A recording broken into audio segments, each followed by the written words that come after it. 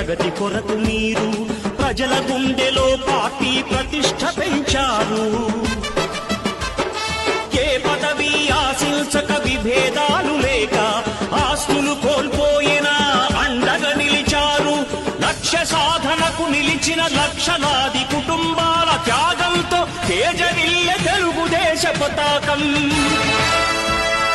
మీ అందరి సహకారం, మీ అభిమానం పార్టీకే మూలధనం, తీర్చలేని రుణం. నందమూరి ఆశయ రథ సారథ్యం మీదే, చంద్రబాబు స్వర్ణాంధ్రకు నిర్మాతలు మీరే. తెలుగుదేశం పార్టీ చరిత్రలో ఒక మైలురాయిగా నిలిచే మహానాడుకు కడప వేదిక కావాలని ఏపీ సీఎం టీడీపీ అధినేత నారా చంద్రబాబు నాయుడు తెలిపారు. ఈ మేరకు మంగళగిరి వద్ద ఉన్న పార్టీ కేంద్ర కార్యాలయంలో నిర్వహించిన సమీక్షలో ఈ విషయాన్ని ప్రకటించారు. మే 27, 28, 29 తేదీల్లో మహానాడు నిర్వహించనున్నారు. కూటమి ప్రభుత్వం అధికారంలోకి వచ్చిన తర్వాత నిర్వహించే తొలి మహానాడు కావడంతో భారీ స్థాయిలో చేపట్టాలన్నారు. అనేక సవాళ్లు, సంక్షోభాలను ఎదుర్కొని 2024లో అధికారంలోకి వచ్చామని, ఏడాది కాలంలో అనుకున్న దానికంటే మెరుగైన పాలన అందించామని చంద్రబాబు అన్నారు. అంతేకాకుండా కడపలో తొలిసారి జరుగుతున్న మహానాడు కావడంతో అన్ని ఏర్పాట్లు చక్కగా ఉండాలని పార్టీ నేతలకు సూచించారు. ఈ క్రమంలోనే రాయలసీమపై టీడీపీకున్న నిబద్ధతను ముఖ్యమంత్రి స్పష్టంగా పేర్కొన్నారు. ఫ్యాక్షన్ కల్లోలాలను అరికట్టిన ఘనత తమదేనని చెప్పారు.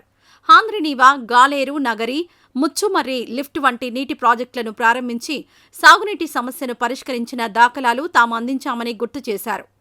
అనంతపురం జిల్లాలో డ్రిప్ ఇరిగేషన్ ద్వారా కరువును అధిగమించామని, 12,000 కోట్లకు పైగా నిధులను రాయలసీమ సాగునీటి ప్రాజెక్టులకు కేటాయించామని తెలిపారు. పారిశ్రామిక అభివృద్ధికి కొప్పర్తి, ఓర్వకల్, కియా ప్రాజెక్టులు ఉదాహరణలుగా నిలుస్తాయని పేర్కొన్నారు.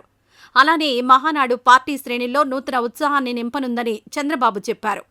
హార్టికల్చర్, డైరీ పరిశ్రమల అభివృద్ధి ద్వారా రాయలసీమ రైతులు కోనసీమ రైతుల కంటే మెరుగైన స్థితికి చేరుతారని ఆశాభావం వ్యక్తం చేశారు. ఇక మహానాడులో మొదటి రోజు పార్టీ పరమైన అంశాలపై, రెండో రోజు ప్రభుత్వ పరంగా అమలు చేసిన అభివృద్ధి, సంక్షేమ కార్యక్రమాల గురించి చర్చించాలన్నారు. మూడో రోజు లక్షలాది మందితో భారీ బహిరంగ సభ ఉంటుందని, ఎక్కడా ఎవరికీ ఇబ్బంది కలగకుండా చర్యలు తీసుకోవాలన్నారు. మినీ మహానాడును ఈ నెల 18, 19, 20 తేదీల్లో అన్ని నియోజకవర్గాల్లో, 22, 23 తేదీల్లో పార్లమెంట్ల వారీగా నిర్వహించాలని చంద్రబాబు పార్టీ నేతలకు సూచించారు.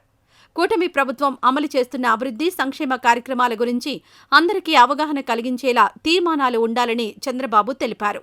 ఈ వీడియో నచ్చితే లైక్ చేయండి. అలాగే మా ఛానల్ ని ఫస్ట్ టైం కనుక చూస్తున్నట్టయితే ఇప్పుడే సబ్స్క్రైబ్ చేసుకుని పక్కనే ఉన్న గంట సింబల్ ని యాక్టివేట్ చేసుకోండి. అప్పుడే మేము పెట్టే ప్రతి వీడియో మీకు నోటిఫికేషన్ గా వస్తుంది. అలాగే ఈ వీడియో పూర్తిగా చూసినందుకు ధన్యవాదాలు.